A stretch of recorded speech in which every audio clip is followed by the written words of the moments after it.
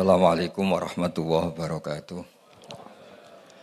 Alhamdulillahirabbil alamin wassalatu wassalamu ala asyrofil mursalin sayyidina maulana Muhammadin wa ala alihi wa sahbihi asma'in nama ba'du. Yang terhormat Bapak Menteri Agama yang sudah ngangkat saya dari ahli tafsir enggak formal menjadi formal. Bapak Sekjen, semua dirjen yang saya hormati, dari perwakilan semua agama yang saya hormati, dari Kristen, Katolik, Buddha, ya, Hindu ya, ada semua yang saya hormati teman-teman. Sebetulnya saya datang ini ingin ikut penyempurnaan tafsir. Sebelumnya saya mau cerita tentang teks. Tadi katanya agama itu terikat dengan teks. Saya ini sering cerita, sering mendorong supaya umat Islam ini apal surat Tabarok. Nanti buat tameng menghadapi mungkar nangkir.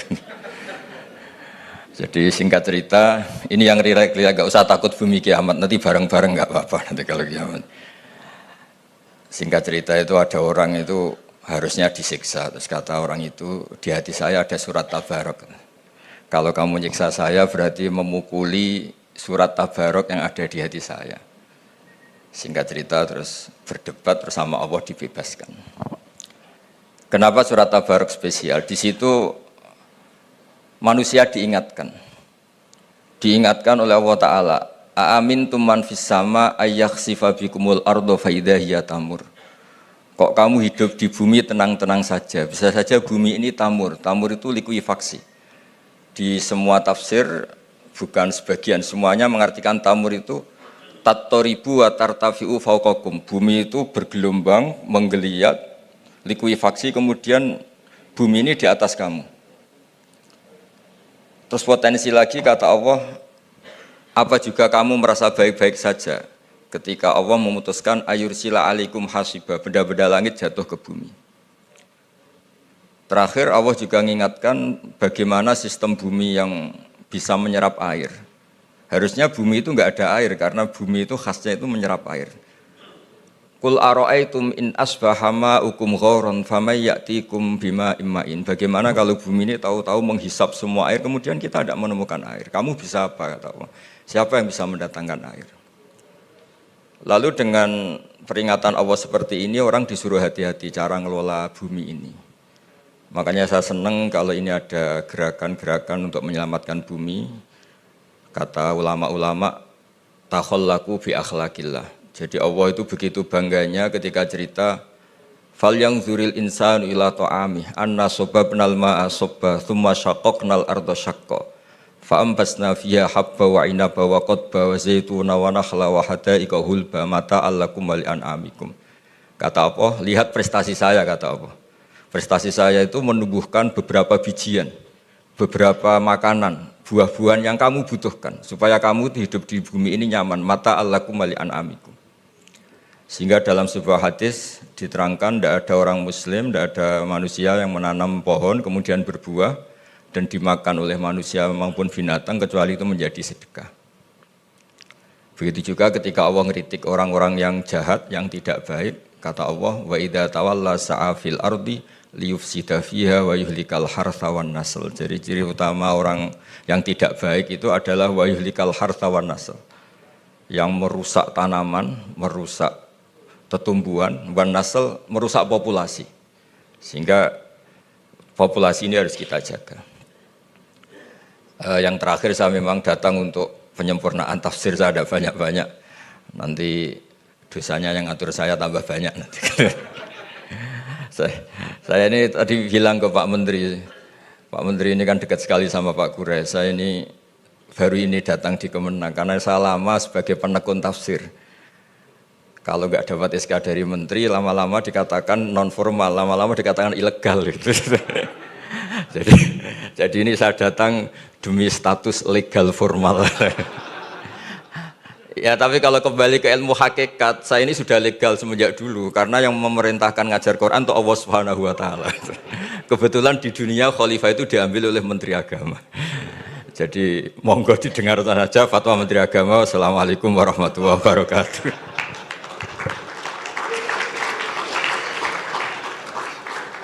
Assalamualaikum warahmatullahi wabarakatuh.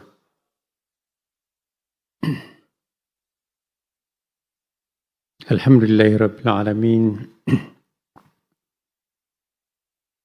Wassalatu wassalamu ala sayyidina wa habibina Muhammad. Allahumma salli wa sallim alaihi. Yang sama-sama kita hormati Gus Baha. Sebetulnya pendek tapi padat itu tadi. Dan orang yang pintar itu biasanya bicaranya sedikit, tapi pengamalannya banyak. Dan pada kesempatan ini, izinkan saya juga nanti akan masuk kepada suatu hal yang menjadi isu, bahkan menjadi mulai isu internasional. I don't know which the language we use today. Ini internasional ya kan. Mungkin nanti akan saya campur-campur ya. Yang paling penting untuk kita syukuri sekarang ini, apa yang kita lontarkan kira-kira 4 atau 5 bulan yang lalu, ekoteologi, sekarang menjadi viral internasional. Bahkan di luar negeri pun juga banyak kami ditanya apa itu ekoteologi. Saya kemarin di Singapura juga di seminar internasional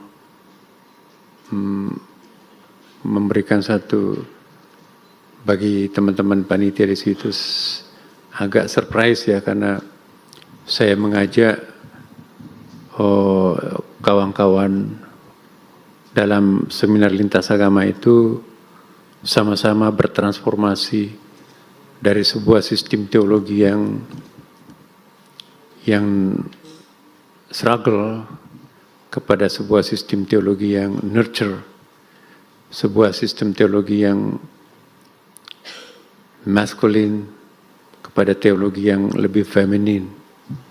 Karena Allah itu adalah dan lebih menonjol modern Father of God, not lebih menonjol sebagai the Mother of God, bukan sebagai bukan sebagai the Father of God, lebih menonjol sebagai feminine God daripada masculine God. Tapi sebelum sampai ke situ, izinkan saya juga mengawali dulu dengan tadi di sini apa temanya itu ya, Islamic ekoteologi. Tidak bisa kita bicara tentang ekoteologi tanpa memahami konsep lebih dasar lagi, apa itu kosmologi sebetulnya. Pandangan kosmologi inilah yang melahirkan ekoteologi. Apa itu kosmos? Kosmos itu alam. Ma manal alam? Alam itu bahasa Arab. Al-alam yakni kullu ma siwa Allah. Segala sesuatu yang bukan Allah maka itu adalah alam. Other than God. Everything except God. Ya, itu adalah alam, nature, universe. Segala sesuatu yang bukan Allah maka itu alam. Tetapi itu pun juga kalau kita lihat di dalam pandangan kosmologi yang lebih dalam, itu sesungguhnya definisi itu pun juga dibantah oleh Ibnu Arabi. Ibnu Arabi itu menganggap bahwa the only one exists, the only one thing. Yang ada itu hanya pseudo exist. Pseudo itu apa ya? Wujud palsu. Kita seperti tongkat ya. Ada bayangan, ada tongkat. Yang real adalah tongkatnya. Bayangannya itu bukan real. Bayangan tongkat itu disebut sebagai pseudo existence. Wujud palsu, mungkin wujud. Tapi isan tongkat itulah yang disebut dengan wajib wujud. Ya. Tapi kita juga lihat ada pandangan-pandangan spiritual yang lain juga seperti di Hindu. Hindu ini mohon maaf pada Jen Hindu ya. Pandangan kosmologi Hindu itu sangat-sangat dekat dengan pandangan kosmologi Ibnu Arabi. Karena cara menjelaskan tentang apa itu alam mirip sekali dengan cara penjelasan Ibnu Arabi tentang alam. Kita lihat di dalam kitab Futuhatul Makkiyah atau Fususul Hikam dan juga tafsir Ibnu Arabi itu sendiri. Apa yang dimaksud alam? Alam ialah segala sesuatu selain Tuhan, other than God. Kullu ma siwa Allah. Tapi adakah sesuatu selain Allah? Nah, kalau menurut Ibnu Arabi, tidak ada sesuatu apapun selain Allah. The only one exists. Hanya Allah yang ada. Maka itulah mawujud illallah, tidak ada Tuhan selain Allah, tidak ada yang mewujud. Cuma persoalannya kita bahasa Indonesia ini, ya Gus Baha ya, kita tuh nggak ada bedanya antara wujud dengan mawujud. Bahasa Indonesia kita itu sangat miskin, tidak bisa kita membedakan antara wujud dengan mawujud. Akhirnya rancu kita memahami definisi buku-buku Arab, buku-buku mantik itu susah sekali difahami yang berbahasa Indonesia. Contohnya, kita dalam bahasa Indonesia itu tidak ada bedanya antara wujud dengan mawujud. Ini mimbar. Apakah ini wujud atau mawujud? Kita katakan ini wujud, ya kan? Maik wujud. Dalam ilmu mantik sebetulnya, lain wujud, lain mawujud. Ya. Tapi tergantung aliran filsafat mana yang kita anut. Plato mengatakan, ya ini podium, ini mimbar. Tapi mimbar ini bukan di sini, ini adalah mawujud. Ini mawujud mimbar. Wujud mimbar itu ada di dalam pikiran. Sedangkan ini adalah mawujudnya mimbar. Aliran peripatetiknya Aristoteles yang dilanjutkan nanti dengan Ibnu Sina ya. Ini adalah fakta bahwa ini adalah mimbar. Kita ingat ya, aliran idealisme Plato itu. Lapangan itu bukan di sana. Lapangan itu di dalam pikiran. Itu ada yang Anda lihat sebagai lapangan itu tanah ditumbuhi rumput. Aristoteles mengatakan tidak. Itu lapangan. Ya, ini aliran pragmatis nih. Sampai sekarang ini membelah pikiran para pemikir kita itu ya. Nah, Ibnu Arabi mengatakan bahwa lapangan itu wujudnya ada dalam pikiran, mewujudnya itu di sana tuh. Betapa banyak tanah ditumbuhi rumput, Anda tidak sebut lapangan. Kok itu yang disebut lapangan? Ya karena itu ada ukurannya berapa kali sekian, maka itu lapangan. Sedangkan di situ kan nggak ada ukurannya. Di mana letak pengukuran itu di konsep. Nah, konsep lapangan itu disebut oleh Ibnu Arabi sebagai wujud. Dan mantik pun juga mengatakan seperti itu. Ya. Yang mewujud itu yang sudah terbentuk di depan itu. Ya, ini meja. Betapa banyak kayu, kok tidak disebut meja? Jadi konsep tentang meja, kursi, pintu, itu di pikiran, itu namanya wujud. Sedangkan yang terwujud dalam meja, pintu, yang di sana itu yang disebut dengan mawujud. Dalam bahasa Indonesia, nggak ada bedanya wujud dengan mawujud. Yang kitab-kitab bahasa Arab itu diterjemahkan, dalam Quran pun juga terjemahnya itu nggak ada beda, tidak dibedakan antara mawujud dengan wujud. Padahal itu sangat beda tuh. Wujud itu yang tidak tampak di dalam pikiran, konsep, in our mind. Yang mawujud itu adalah yang tampak ini. Nah, persoalannya kosmologi ini. Apa itu kosmologi Islam? Tergantung. Apakah kita penganut Al-Farabi yang disebut sebagai Al-Mu'allimut Tsani, Al-Mu'allimul Awal, yakni Plato, ya kan? Atau aliran Ibnu Sina yang gurunya mazhabnya adalah peripatetik di Aristoteles itu. Nah, saya nggak tahu nanti kita di sini akan beraliran mana nih. Ya. Ibnu Arabi mengatakan bahwa yang Anda lihat banyak ini sesungguhnya itu adalah wujud-wujud kamuflase. Ini adalah bayangan. Jadi apa yang kita lihat ini itu tajallinya Allah. Manifestation of God. Ya. Jadi hanya satu wujud, nggak banyak wujud. Ya. Sama dengan Hindu. Itu kan ada Vedanta, ada mazhab Vedanta, ada mazhab Advedanta, ya kan Pak. Kalau Vedanta itu, ya ada dualitas di situ. Ada sang pencipta, ya, ada makhluk, ada khalik, ada makhluk. Itu Vedanta. Tapi kalau Advedanta, tidak ada khalik dan tidak ada makhluk. The only one. Hanya dia sendiri. Itu disebut dengan Advedanta. Sama dengan Ibnu Arabi. Yang ada hanya satu kok. Yang wujud itu hanya satu. Maujudnya banyak. Eksistensinya banyak. Sama kita melihat cermin. Ya, jadi kalau satu tongkat dipasang 1000 cermin, ya, maka akan muncul 1000 cermin, 1000 tongkat. Tapi the real hakikat sang tongkat itu cuma satu. Yang kita lihat 1000 itu bayangannya. Jadi bumi ini adalah bayangannya sang tongkat.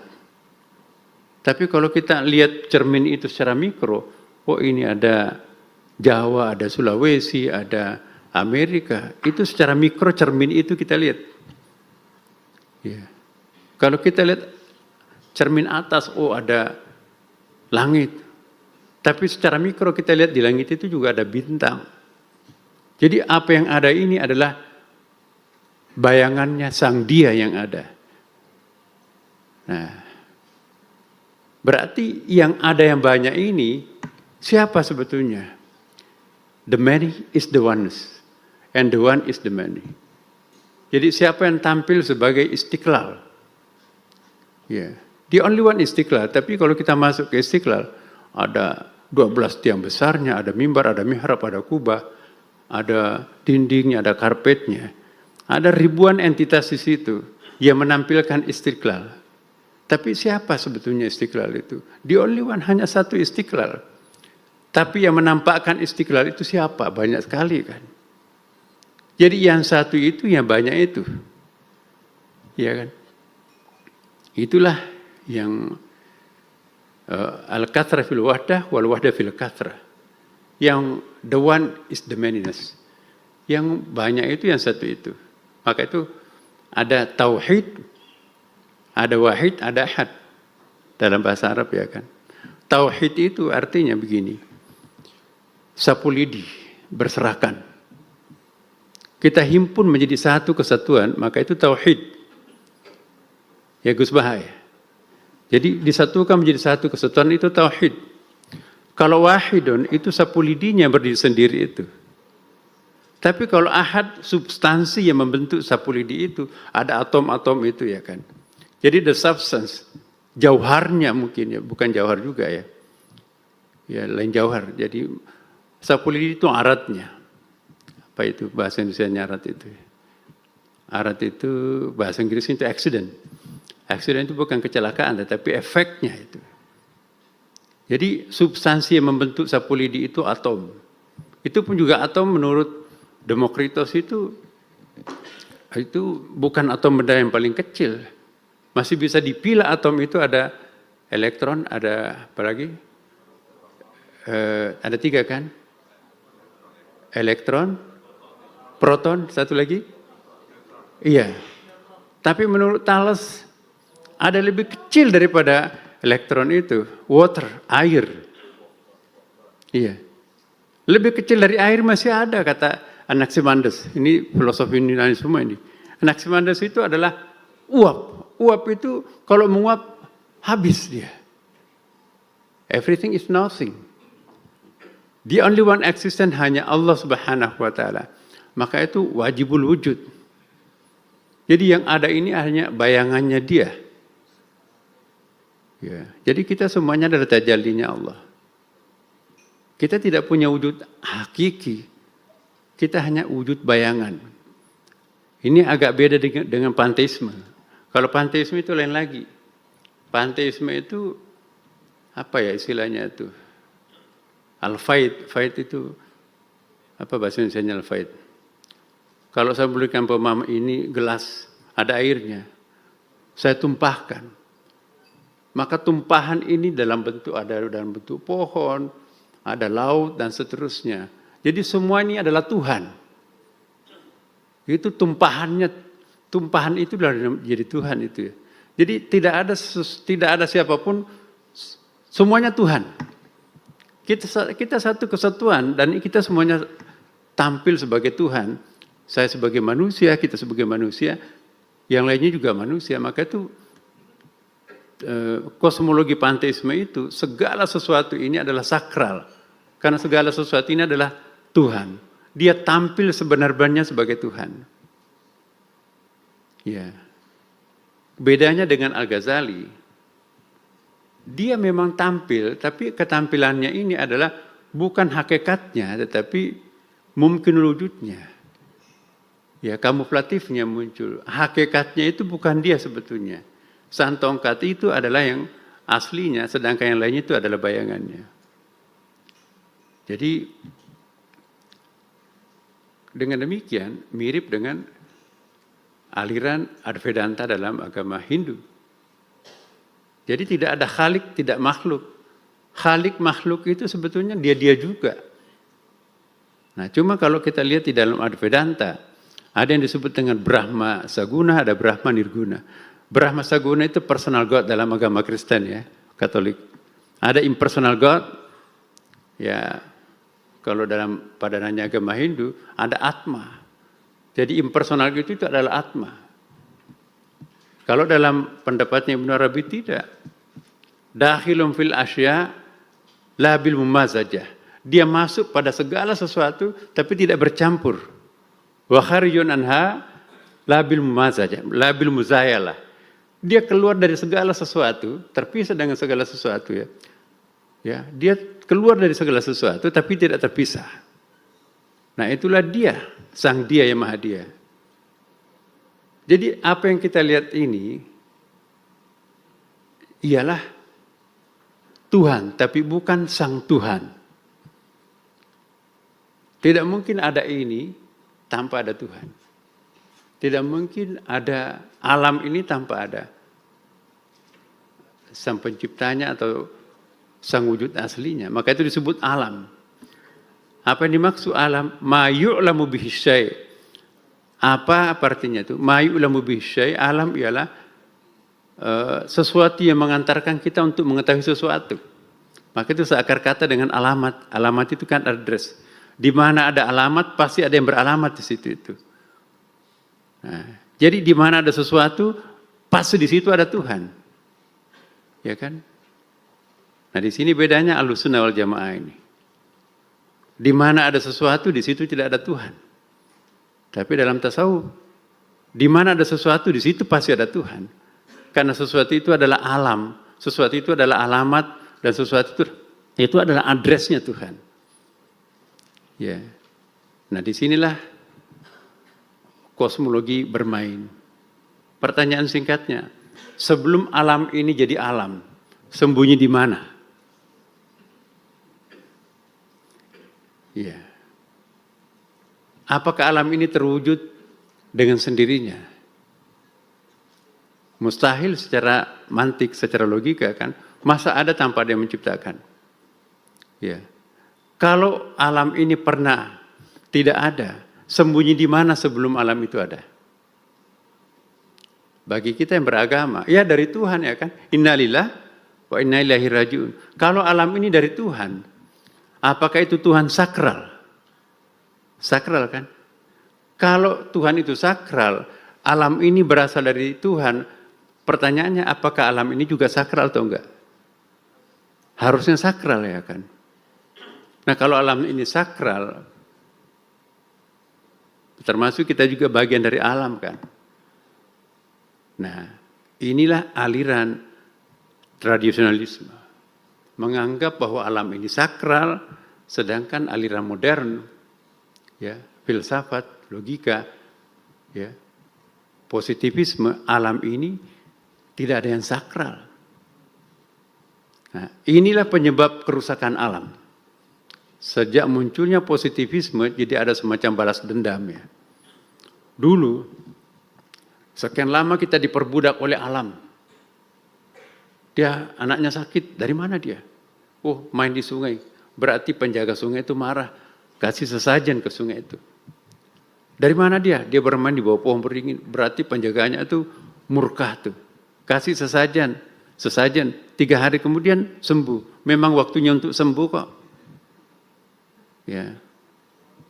Jadi manusia pernah merasa diperalat oleh alam. Tapi setelah zaman positivisme abad ke-18 itu muncul, ternyata nggak ada apa-apanya tuh. Ada dukun kan lahir, laris dulu kan. Larislah dukun, tapi setelah ilmu pengetahuan canggih, digeserlah dukun itu oleh puskesmas. Ada dokter. Jadi lenyaplah sang dukun di kampung itu. Kenapa? Karena tidak perlu membawa sesajen ke pohon, bawa suntik aja, minum obat udah selesai. Sampai pada akhirnya alam ini sekian lama kita diperbudak. Maka filsafat Yunani dengan teori balas dendamnya, ternyata alam ini nggak ada apa-apanya. Maka itu konsep Barat itu, konsepnya adalah penaklukan alam. Dulu gunung ini disembah sekian lama, dipuja sekian lama, ternyata nggak ada apa-apanya. Maka itu pendakian gunung, tancapkan bendera kemenangan di situ. Hore, kami taklukkan kamu. Ombak yang besar dulu itu yang mematikan itu, menakutkan itu. Selancar ombak ya kan.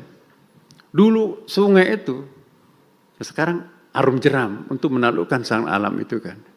Jadi semua yang gua yang paling gelap, yang paling dalam itu pun juga ada profesi pengarung gua itu kan. Aku taklukkan gua-gua ini.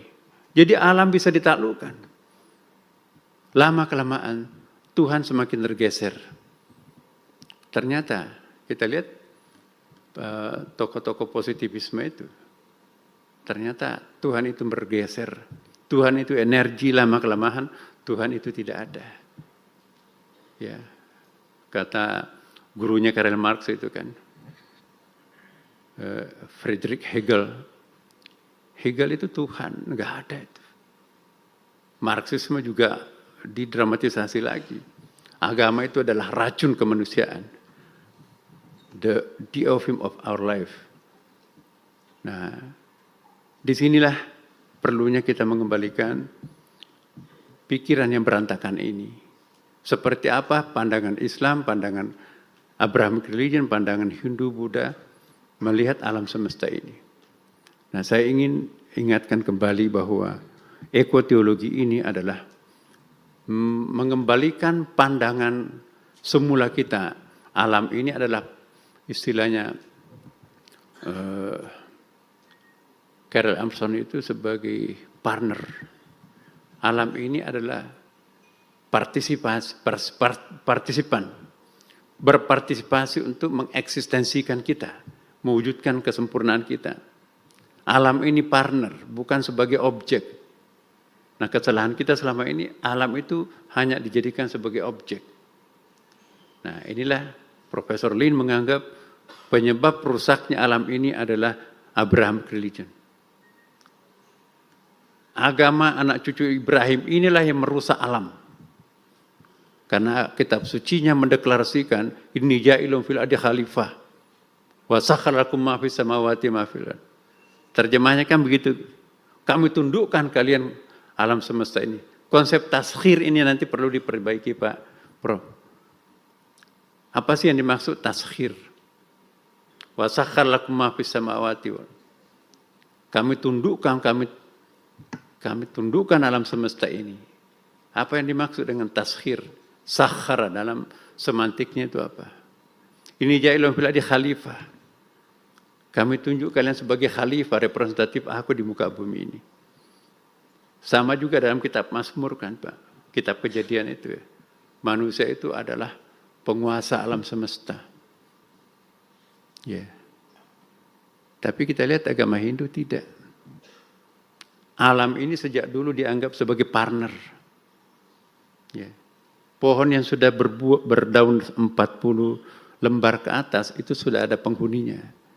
Maka itu kalau menebangnya harus diupacarakan. Dalam Hindu tidak boleh menebang pohon. Kecuali kalau ada maksud yang sangat penting dan penebangannya pun juga harus diupacarakan. Sekecil apapun pohon itu, maka itu harus ada upacaranya. Kan gitu Pak ya. Maka itu kalau kita ke Bali, pohon-pohon besar itu banyak. Mereka tidak berani menebangnya. Bukan takut, tetapi itu adalah bagian dari kita. Apalagi agama Buddha. Buddha lebih lagi.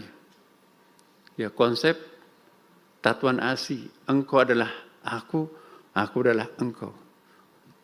Kalau aku menolong Pak Kaban, aku menolong diriku sendiri. Karena dia adalah aku. Aku adalah dia. Tapi lebih dalam lagi, diterapkan juga di pohon. Engkau adalah aku adalah engkau. Jadi ketika engkau lapar, ketika engkau kering, berarti haus, aku merasakan kehausan itu. Nah ketika aku memberikan siraman untuk berhenti haus, beri makan, berarti engkau kenyang, aku juga kenyang. Kucing tetangga pergi pulang kampung, ya kita belikan makanan supaya kucing itu makan. Mbak, tolong belikan makanan kucing. Loh, itu kan kucing tetangga, bukan? Itu aku. Loh, ibu kucing, iya, kucing itu aku. Tatuan Asi. Bagaimana kalau kucing itu lapar? Seperti itu juga aku lapar. Belikan. Jadi tidak pernah kita menyesal kalau engkau adalah aku adalah engkau. Waduh, tadi saya kasih kebanyakan ya. Nah, itu akal yang main di situ itu. Kalau Tatuan Asi, enggak pernah orang Buddha itu menyesal dalam mengambil sebuah tindakan. Kenapa? Karena Tatuan Asi itu. Nah kita Tatuan Asinya enggak muncul di sini nih. Lulu gua ya kan gitu kan. Nah apalagi kalau pohon. Jadi spiritualitas kita terhadap pohon itu udah enggak ada lagi. Kita pulang kampung, waduh, ini pohonnya gede ini, kalau ini digergaji, diekspor ke Amerika berapa dolar nih. Tidak pernah membayangkan bahwa di situ ada ribuan burung-burung bersarang, ada serangga beranak pinak, dan mereka juga menikmati kebahagiaan. Jadi enggak ada Tatuan Asi lagi terhadap penghuni pepohonan itu.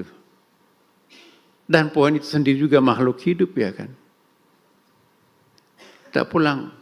Ini hamparan ini kalau kita timbun ini berapa kapling nih, harganya berapa nih, di kepalanya hanya ada uang gitu kan. Begitu dia ditimbun maka matilah semua makhluk rawa-rawa itu kan. Naik pesawat di atas Sumatera, wah ini banyak hutan, ini kalau kita bakar tanami kelapa sawit harganya berapa ini. Terbang siram dengan bensin matilah semuanya, tanami kelapa sawit, ekspor. Harganya berapa? Yang pulang ke Indonesia hanya untuk memberikan gaji terhadap karyawannya. Kecil. Tapi keuntungannya taruh di luar sana tuh. Apa yang terjadi di Indonesia? Nggak ada urusan. Itu hak saya. Ya, saya jual ke luar negeri. Harganya saya dagang lagi di luar negeri. Kenapa nggak taruh di dalam negeri? Bahaya. Nanti ngamuk, kita nggak dapat apa-apa. Jadi sosiologisnya, ekonominya juga rugi kita kalau kita tidak berpandangan ekoteologi. Ya, jadi teman-teman, Kalau kita ingin merubah sesuatu, kata Max Weber, ahli sosiologi agama ini, Protestan etik, teman-teman dari Protestan tahu itu. Tidak mungkin kita bisa merubah satu habit, kebiasaan, tanpa merubah sistem etos, etika masyarakat itu. Etika itu nggak mungkin kita bisa merubah etos tanpa merubah sistem logos. Karena etos itu produk daripada sebuah logos. Logos itu apa ya? Sains, pengetahuan. Dan tidak mungkin kita bisa merubah logos itu tanpa merubah sistem teologi. Jadi yang paling basic itu sebetulnya adalah teologi. Jadi kalau masyarakat kita melihat di sini banyak sekali perilakunya menyimpang, tidak bisa kita hanya menyelesaikan dengan sistem perubahan habitnya, perubahan logosnya. Tapi kita harus menyelami perubahan teologisnya. Jadi ekotologi itu adalah sesuatu yang akan merubah substansi. Tidak mungkin kita bisa menyelesaikan suatu virus dengan hanya mengobati simptomnya. Jadi kita harus mengobati akar-akar kankernya itu. Akar yang paling basic itu teologis. Nah inilah ekoteologi ini. Tidak mungkin kita bisa merubah perilaku masyarakat tanpa merubah sistem teologi masyarakat itu. Tadi teologi kita itu terlalu maskulin. Ya, padahal Tuhannya feminin, nabinya feminin, kitab sucinya feminin, umatnya super maskulin. What's wrong? Ya. Jadi ada yang salah di dalam berteologi. Agama kita di atas, tapi kita penganutnya tenggelam di sini, di terestrialnya ini. Agama kita itu sangat celestial di atas, tapi kita sangat terestrial. Ya. Nah ini juga pengertian as-sama dan al-ard. Di dalam bahasa Inggris itu ada dua pengertian, bukan saja bahasa Inggris ya, bahasa Arab juga ada makna majazi, ada makna hakiki ya kan. Ada takwilnya as-sama itu bukan hanya berarti blue sky, langit biru, tapi juga bisa berarti as-sama itu dengan celestial. Celestial itu sesuatu yang suci, agung, ya, ketinggian. Lawannya adalah al-ard, bisa berarti the earth, tanah, bumi, tapi juga bisa berarti terrestrial, dunia yang rendah, dunia yang mekanikal, dunia yang fisikal, dunia yang kasar. Sedangkan as-sama itu dunia yang agung, dunia yang abstrak, dunia yang tinggi. Nah, semua kita artikan langit, semua kita artikan bumi, tetapi di dalam kamus lisanul Arab itu as-sama itu juga bisa berarti celestial. Al-ard itu juga bisa berarti terrestrial. Terrestrial itu lebih bersifat kasar gitu lah. Yang di atas itu halus. Nah, Bapak Ibu sekalian, teman-teman, kesimpulannya, saya mohon maaf, saya tidak sistematis, saya baru tadi coret-coret ya, kira-kira apa yang kita akan lakukan di masa depan ini. Pertama adalah kita perlu merubah mindset kita terhadap alam. Jangan menganggap alam ini the only object, hanya objek semata. Ya, tetapi harus menganggap alam ini juga adalah partisipan kita juga. Partner kita untuk menjalani kehidupan. Ya. Kalau alam ini kita hanya menganggapnya sebagai objek, matilah rasa kita itu. Tidak mungkin sesama umat manusia itu akan menimbulkan rasa yang sangat intensif. Tapi kita butuh tempat yang sacred.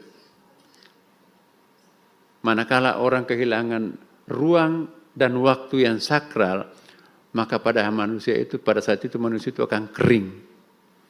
Tanpa tempat yang sakral, tanpa ada waktu yang sakral, manusia itu akan merasakan kehampaan dalam hidup. Maka itu setiap agama harus ada tempat sakralnya. Dan di antara tempat sakral itu Ka'bah. Apa itu Ka'bah itu?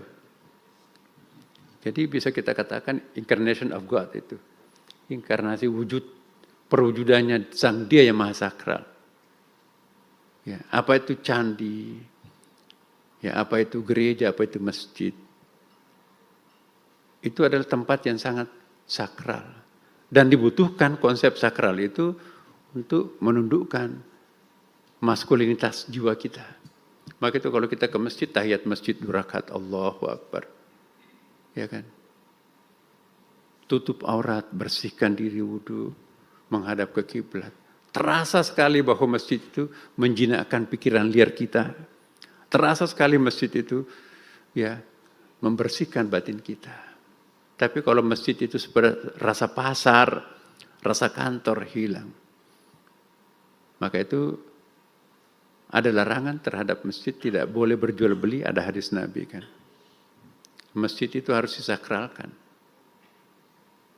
Jadi lama-kelamaan kalau kita terpaut dengan masjid, bukan saja masjid terasa masjid, pasar pun akan terasa masjid, kantor terasa masjid, rumah kita terasa masjid, dimanapun kita berada adalah masjid. Al-ardu masjidun, kata Rasulullah. Permukaan bumi ini adalah masjid.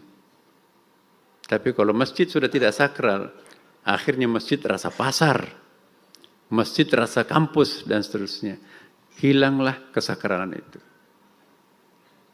Kenapa kita berbondong-bondong mau ke tanah suci? Di situ ada tempat sakral untuk berdoa. Kita memperebutkan tempat sakral. Kita bisa membuat Ka'bah lebih indah di Indonesia, tapi enggak sakral.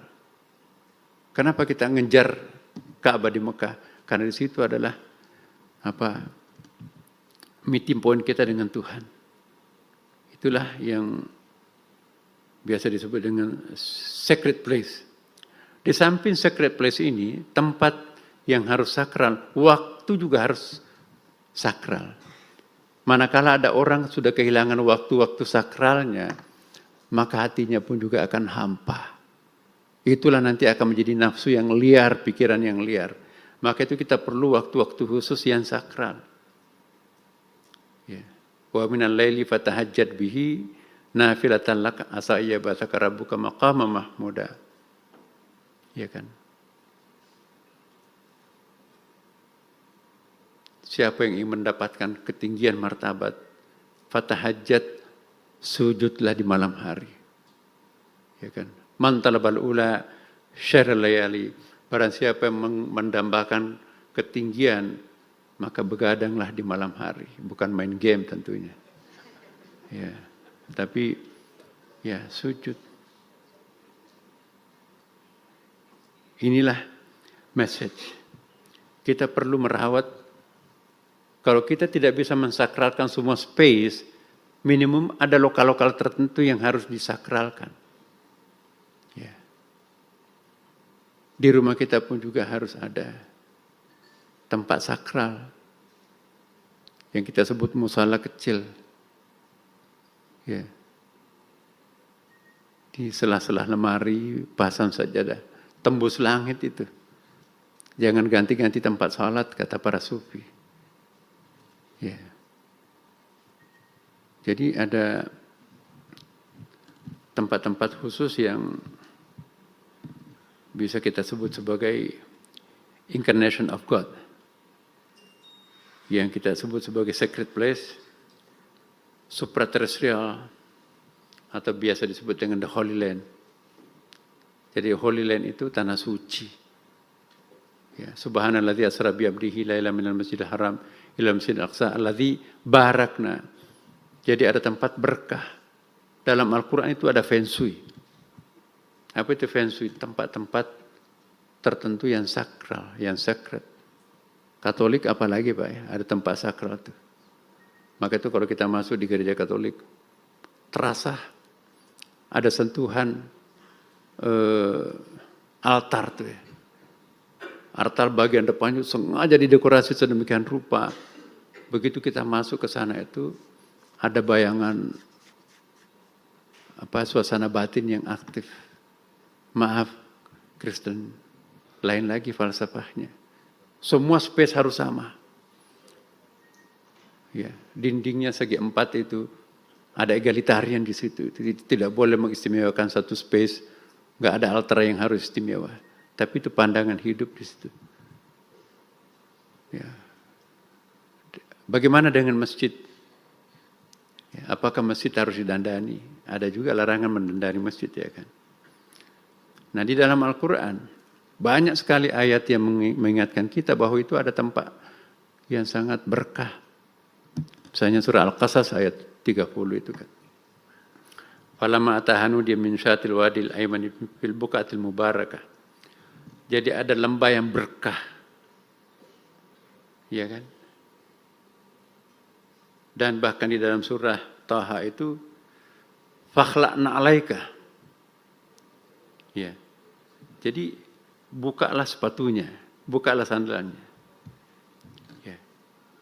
Kenapa? Karena kita berada pada Wadil Muqaddas itu, kita berada pada lembah yang sakral. Jadi ada tempat yang sakral. Kapan orang itu tidak punya tempat sakral, itu mati rasa spiritual. Kita perlu tempat untuk cry, untuk menangis. Kalau tidak ada lagi tempat yang bisa membuat kita terharu kepada Tuhan, itulah hakikat sekuler sebetulnya. Sudah kehilangan tempat secret. Iya. Kenapa kita menangis di depan Ka'bah? Saya di Roma itu ya. Bukan di Roma, Milan. Di situ ada gunung, puncak gunung itu ada gereja kecil. Mungkin hanya muat 5 orang gitu ya. Nanti nyala pada malam minggu itu. Naiknya itu kayak apa itu, mungkin 500 meter tingginya itu. Ada apa kok bikin gereja di puncak gunung kayak gini nih? Saya penasaran, apa ini? Ternyata tempat untuk menangis di situ. Saya teringat Nabi Muhammad. Kenapa kok naik? 6 tahun lamanya Nabi Muhammad itu turun naik ke Gua Hira. Bukan tiduran di situ Nabi itu, enggak. Dia bukan istirahat di situ. Dia fana. Ya. Kenapa kok tidurnya sampai 309 tahun? Ashabul Kahfi dalam surah Al-Kahfi itu. Itu bukan tidur di situ, Gua Kahfi. Jadi ada suatu tempat yang secret, di situ ada keajaiban. Maka itu bikinlah di rumahnya itu zawiyah. Gus Baha ya. Dalam buku-buku tasawuf itu ada namanya zawiyah. Setiap rumah itu ada zawiyahnya. Zawiyah itu ada tempat untuk menggelar tikar permanen di situ. Disitulah tembus langit, disitulah kita berdoa.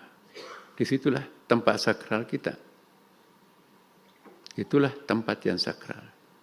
Nah kalau pohon-pohon sudah tidak ada lagi, seenak-enaknya kita membakar, seenak-enaknya kita membendung sungai dan seterusnya, sudah enggak ada lagi sungai, sudah enggak ada lagi pantai, sudah enggak ada lagi tempat-tempat yang sakral, berarti kita menjadi liar, kita jadi Tuhan di dalam di muka bumi ini. Nah ini perlu kita kembalikan posisi berpikir kita seperti masyarakat tradisional kita. Bagaimana caranya? Ya tadi itu ada tempat yang sakral dipelihara dan juga ada waktu yang sakral. Lailatul Qadar khairum min alfi syahr. Sama-sama waktu itu diciptakan Tuhan, tapi ada satu waktu, satu malam lebih mulia daripada ribuan bulan. Kalau kita lihat di dalam kata alfon dalam tafsir, salah satu tafsir Gus Baha, angka paling tinggi pada masa Nabi itu angka 1000. Seandainya ada angka triliun, jangan-jangan Quran Lailatul Qadar khairum min triliun syahr. Jadi caranya ulama tafsir mengartikan alfon itu bukan 1000 bulan, tapi ribuan bulan atau beribu-ribu bulan.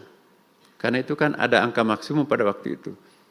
Jadi hermeneutiknya angka 1000 adalah angka yang paling tinggi pada masa Rasulullah itu 1000. Nah sekarang kan ada triliun. Jadi jangan mengartikan 1000 itu maksimum hanya 1000. Tapi unlimited tanpa batas di situ maksudnya. Simbolisme terhadap puncak. Jadi bagaimana ekoteologi ini memperkenalkan ada tempat yang secret yang harus dimuliakan, dihargai. Dan bagaimana memperkenalkan bahwa ada waktu yang sangat bagus.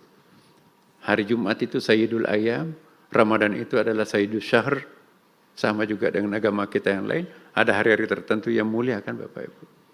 Ada waktu sakral, ada tempat sakral. Tidak ada agama yang tidak mengakui adanya tempat sakralnya dan waktu sakralnya. Nah, kalau ini tercerabut dalam hati dan dalam pikiran para pemeluknya, kalau umat beragama sudah tidak punya tempat sakral dan sudah tidak punya lagi waktu sakral, maka hilanglah agama itu di dalam benaknya. Setuju atau tidak setuju, kita lihat dalam kitab suci kita masing-masing kan. Ya. Hindu bukan main. Karena itu teman-teman, apa yang dimaksud dengan ekoteologi di sini artinya adalah mari kita bersahabat dengan alam. Caranya bersahabat dengan alam, kita menggunakan otak kanan kita. Selama ini kita menggunakan otak kiri dalam menggarap alam semesta ini. Akhirnya kita nggak dapat apa-apa. Dahulu kala 3.500 tahun masyarakat tradisional itu mempertahankan hidupnya dengan otak kanan. Ya, tidak membutuhkan laboratorium, tidak membutuhkan teknologi canggih, tapi bisa bertahan hidup ya. Sampai 3.500 tahun masa lampau itu. Caranya seperti apa? Melalui persahabatannya dengan alam. Dalam Al-Quran, wa in min syai'in illa yusabbihu bihamdihi walakin la ta'lamuna tasbihahum. Tidak ada sesuatu yang tidak bertasbih. Ma makna tasbih? At-tasbih bimana at-tanzih. At-tanzih itu ada tanzih qudusi, ada tanzih subuhi. Ya, saya tidak jelaskan lebih detail di sini. Semua bertasbih. Suatu saat Rasulullah di Madinah itu ada hadisnya. Wahai sahabatku, pernah nggak mendengarkan pasir bertasbih? Masa? Nabi memungut 7 butir pasir. Tangannya Utsman ini. Coba dengarkan. Nggak ada tuh suaranya Rasulullah. Dempetkan di telinganya, dempet. Oh ada, seperti suara lebah. Itu bukan suara lebah, itu tasbihnya pasir. Ini Masya Allah Bapak Ibu. Artificial intelligence sekarang ini tiap hari menemukan sesuatu yang baru. Pepohonan daun-daun seperti ini, itu semuanya punya energi. Setiap energi itu punya getaran, dan setiap getaran itu punya hasilnya bunyi itu.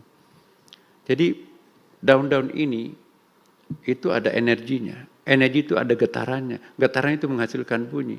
Ada alat sekarang ini, mampu merekam, memperbesar suara yang disuarakan oleh pohon-pohon dan daun itu. Ternyata apa suaranya itu?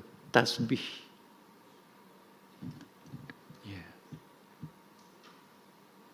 Jadi terbukti artificial intelligence itu membuktikan ayat ada tasbihnya. Karena itu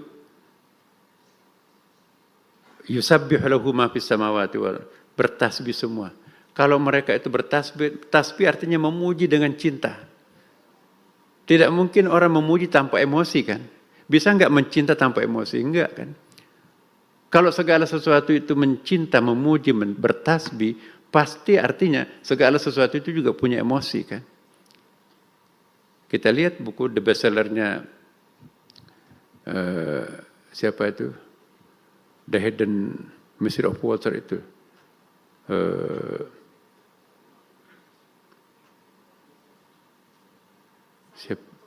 Siapa?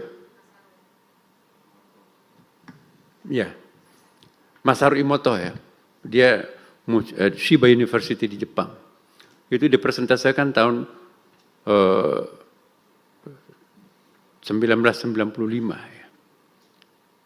Dan semua air itu kalau dibacakan doa, apapun agamanya, bahasa doa dalam bentuk agama Buddha, Hindu, Islam, itu membentuk kristal yang sangat indah. Kalau itu didinginkan kemudian 5 derajat minus, partikel airnya itu diambil dalam mikroskop, itu akan membentuk partikel yang sangat indah kristalnya. Tapi bandingkan dengan air yang tidak pernah dibacakan doa-doa, sentuhan-sentuhan rasa, itu nggak ada. Sialan lu air, kurang ajar kamu, maka kristal airnya itu jelek sekali kelihatan. Berarti semua benda itu sensitif, semua itu benda itu emosi. Nah inilah hebatnya masyarakat tradisional kita, mampu berkomunikasi dengan alam. Mereka tidak membutuhkan laboratorium. Ya. Saya jadi saksi Bapak Ibu, waktu Pak JK itu bikin universitas di Makassar itu. Saya sekretaris Fakultas Pertanian. Apa namanya? Wakil Dekan 2 Fakultas Pertanian. Tugasnya laboratorium. Kebun percobaannya Pak JK itu ya. Sekarang jadi perumahan besar di Makassar, baru gaya itu namanya itu. Ada dosen dari Unhas, doktornya dari Amerika. Pak Tua, kami akan babat jagungnya. Jagungnya sudah mau berbuah tuh. Ya, kenapa nak? Kita mau tanam kedelai ini bibit Amerika ini. Buahnya nanti besar dan hasilnya 5 kali lipat daripada hasil jagungnya Pak Tua. Pak Tua yang tidak tamat SD umurnya 65 tahun. Pak Bacok namanya ya. Ya, lihat nak kedelainya. Dia cium kedelai itu, dia pungut tanah. Tanah di genggaman kirinya cium. Nak, ini enggak bisa cocok tanah ini nak. Ah enggak, kami sudah periksa di laboratorium. Tanah ini topsoilnya sangat bagus. Subur nih. Terpaksa dibabat tanahnya Pak Tua itu. Sedih Pak Tuanya itu. Nah ini nggak bisa tumbuh, nggak bagus di sini. Dari mana Bapak tahu? Dia penciuman tuh. Nah, setelah 3 bulan besar kedelainya tapi nggak keluar buahnya. Akhirnya kedelainya itu ditebang. Padahal ini doktor agronomi pertanian tuh kan. Hebat mana? Pak Bacok tidak tamat SD. Yang dokter dari Amerika. Satu menggunakan otak kiri, satu menggunakan otak kanan. Ya. Saya tidak mengajak kita untuk kembali ke tradisionalisme, enggak. Dalam ekoteologis ini. Tapi ini perkawinan antara Iqra, Bismi Rabbik. Iqra itu otak kiri, Bismi Rabbik itu otak kanan. Iqra, Bismi Rabbik. Ya. Contoh konkret. Itu kalau tidak percaya baca buku Kompas itu, pemberitnya Kompas yang menyertai Pinisi Nusantara ke Vancouver. Dalam rangka 17 khusus Pak Harto waktu itu, fase terakhirnya. Napak tilas kehebatan nelayan Bugis, perahu kecil seperti itu kok bisa menyeberang samudera sampai ke Vancouver. Ya. Disertai dengan navigator angkatan laut, kolonel, lengkap juga dengan alat-alatnya. Pas sampai di pulau di tengah samudra, Pak Muhammad itu navigator tradisional dari Bulukumba, Pak mampir di situ. Pak jangan, kita kejar waktu ini 17 khusus ini harus sampai sebelum 17 khusus sudah harus sampai perahu ini di Vancouver. Kalau memang Anda mau nekat, turunkan saya di pulau tidak berpenghuni ini. Kan nggak mungkin diturunkan Pak Muhammad di situ. Sandarlah perahu ini di sebelah utara. Pak Muhammad berulah lagi, jangan parkir di sini, tapi harus sebelah selatan. Untuk apa Pak? Marah Pak Kolonel tuh.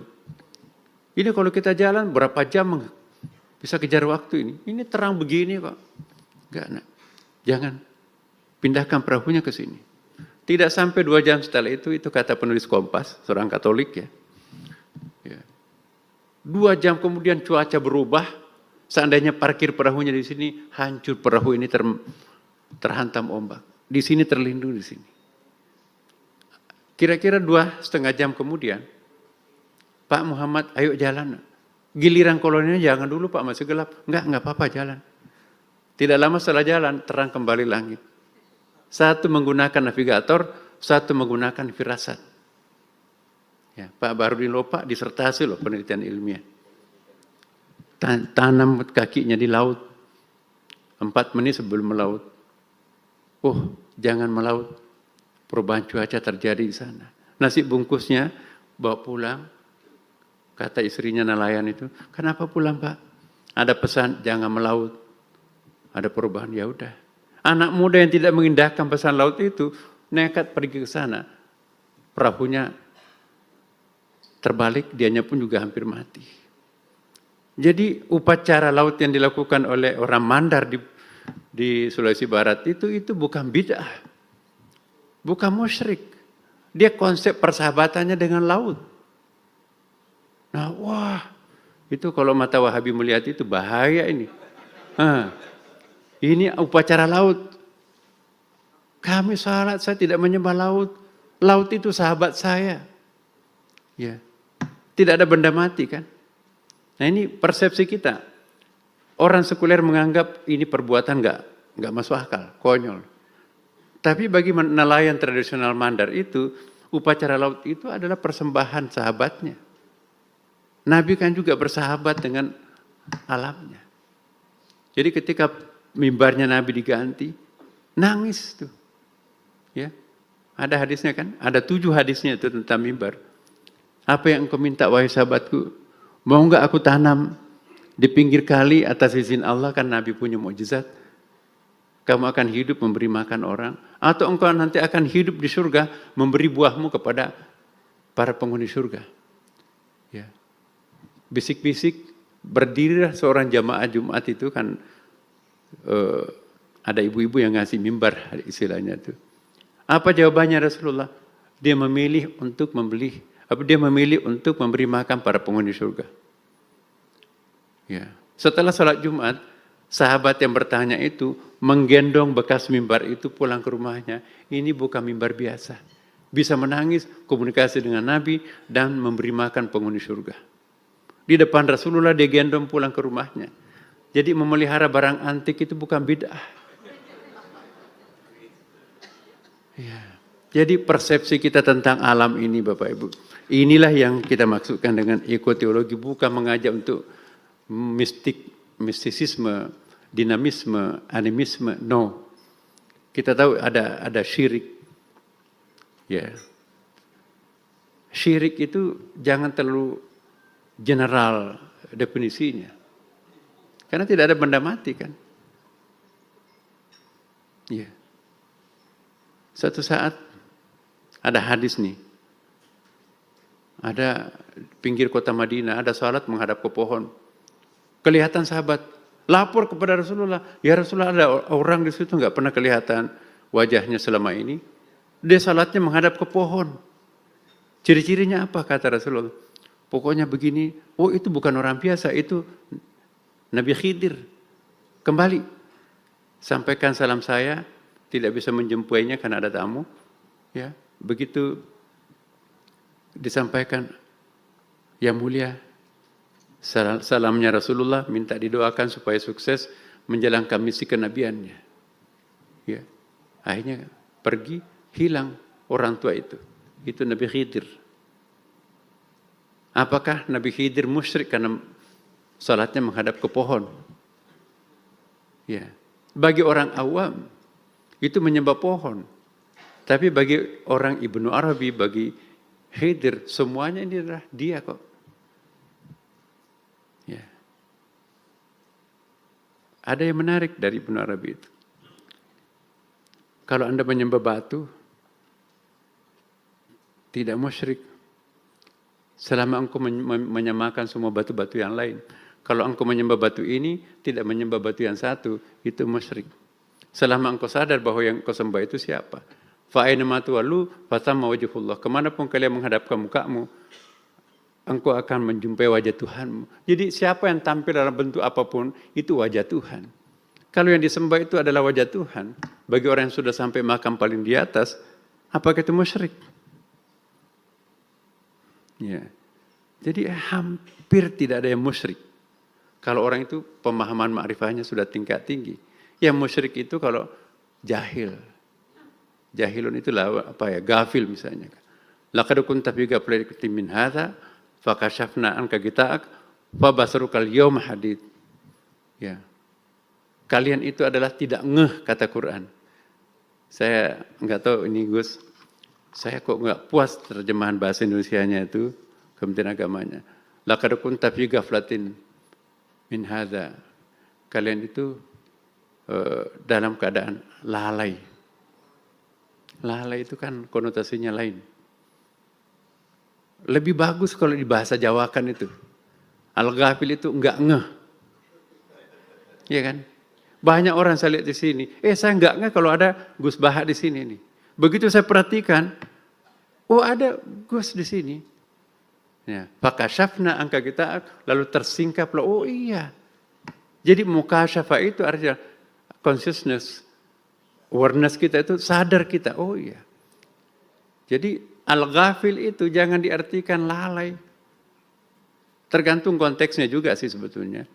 Nah, kalau terjemahannya hanya mengacu kepada bahasa, apalagi tafsir orang Arab yang culture-nya itu adalah kontinental, culture kita ini adalah maritim, banyak sekali nggak nyambung. Jadi mari kita menafsirkan Al-Quran dalam perspektif budaya maritim, bukan perspektif budaya kontinental. Ketika turun Al-Quran, ada 12 kasta di situ, Gus. Ya, itu ada buku antropologinya Profesor siapa. Ketika Rasulullah itu ada 12 kasta. Kasta yang paling rendah itu budak perempuan ajami, kayak TKW begitu kan. Dijual di pasar pun nggak laku itu. Kasta yang paling tinggi itu adalah 12, kasta ke-12 yaitu bangsawan Arab,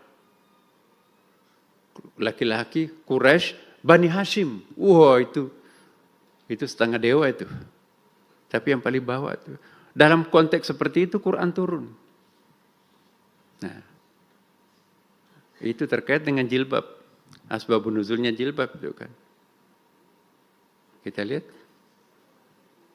Ya. Menjalabibin. Apa itu jilbab?